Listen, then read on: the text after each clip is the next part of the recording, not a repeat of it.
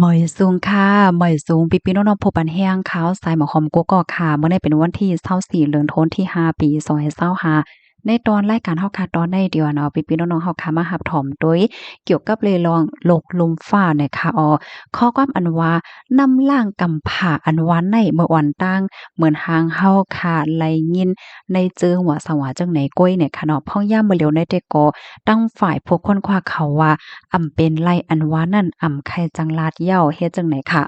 เมื่อวันที่23เดือนธันวาคมปี2025ก็เมื่อวานเนี่ยค่ะเนาะอยู่ที่โครงการข่าว CNN ไล่ออกมาเปิ้นเผาลาดว่าตั้งฝ่ายผู้ค้นคว้าสภาวะลินเมืองค่ะเนาะเขาได้ก็ไล่ออกมาเปิ้นเผาลาดว่าพ้องย่ามเหลียวในเขาไล่เลเพียนเกี่ยวกับไปลองปึ้นตีปาไต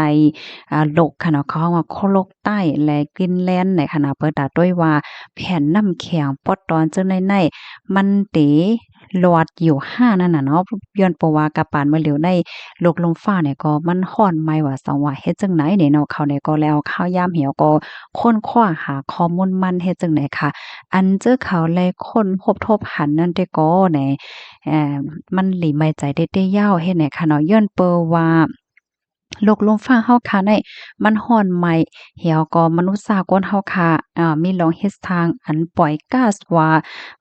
นว่าก็สำแสนเปิงเฮ็ดให้เหี่ยวก็มันเตื้อเคิกต่อสภาวะสิ่งแวดล้อมนำแร้งเฮ็ดจังไหนเนาะเหี่ยวก็หันเลยว่าโลกลมฟ้าในเตื้อร้อนไหม้ขึ้นเนาะ1.5ดีกรีเซลเซียสเฮ็ดจังไหนคะ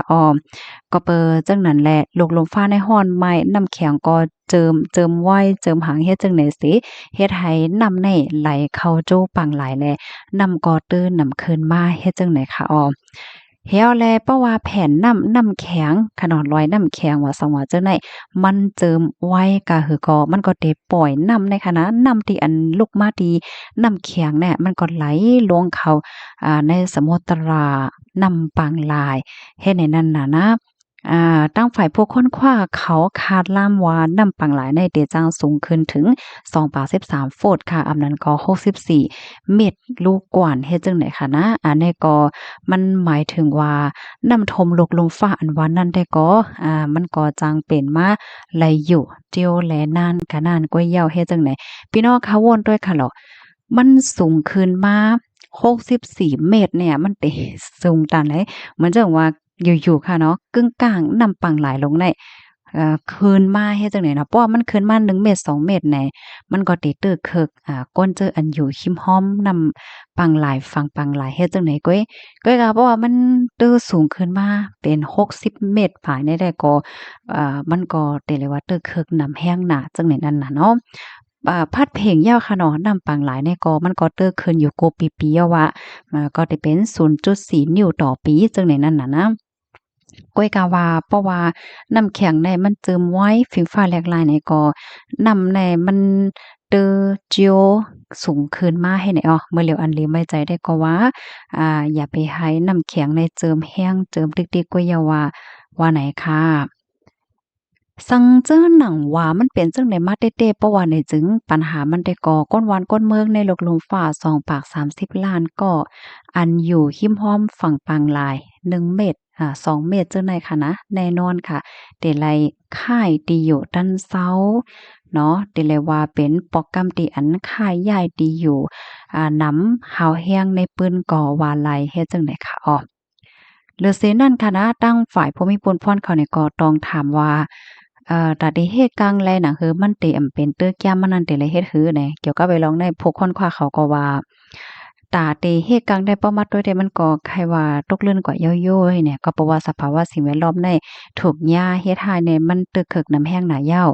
ก็หนาอันเฮ็ดสร้างรายได้ก็มีอยู่เหมือนจังหนังว่าลดย่อมการใช้ตื้อพลาสติกแล้วก็รักษาสิ่งแวดล้อมค่ะเนาะปล่อยไอก้องไอก้อนขึ้นจูฟ้าว่าสังว่าเจิดได้เฮ็ดไหนค่ะ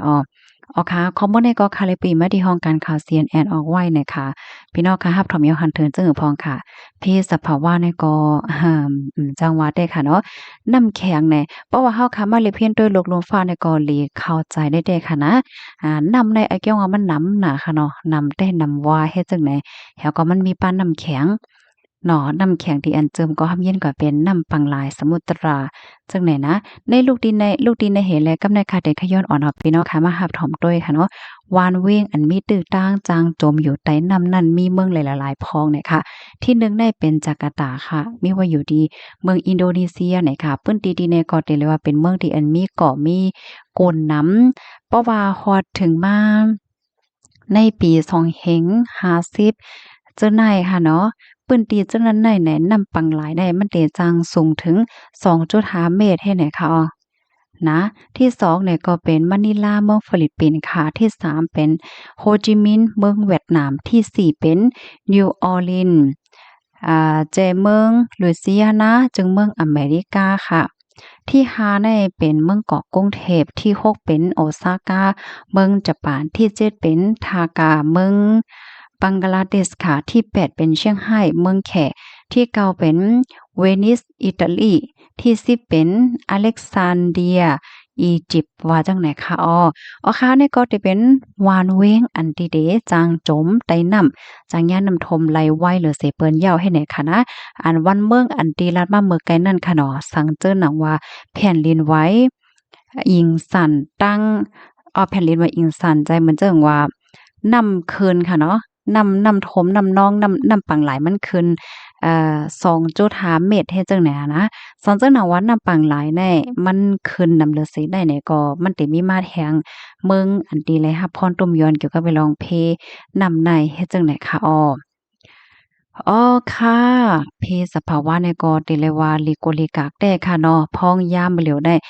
กูว่าในเฮาค่ะก็หันอยู่เนาะบ่ได้เป็นเพศโยกะตั้งเป็นค่ะเนาะเพฝนลมเพสภาวะเพน้ำท่วมอะสองว่าเจ้าในเฮ็ดได้นะฝ่ายหนึ่งก็ลอยน้ำแข็งก็สามารถเจิมไว้เถียงให้ไหนอันนี้เป็นลองตีอันหลีปักตาต้วยแด้ๆให้ไหนค่ะนะค่ะยินจำนวนนำค่ะย้อนให้อยู่เลยกินหวานในรอดเพศกันค่ะเนาะค่ะอมอยทรงค่ะ